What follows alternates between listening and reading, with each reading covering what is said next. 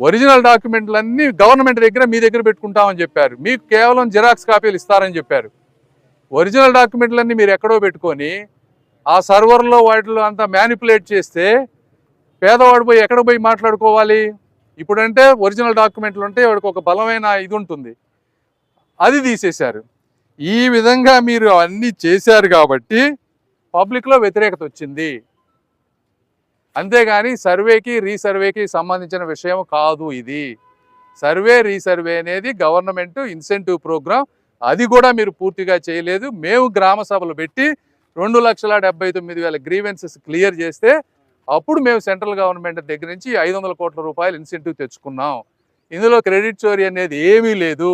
మీ అసమర్థత, మీ నార్సిజం, మీ బొమ్మ ఉండాలనేటువంటి ఒక నార్సిస్టిక్ మెంటాలిటీతో మీరు చేస్తే ప్రజలు మీకు విధమైన తీర్పు ఇచ్చారు. ఇది వాస్తవం. కాబట్టి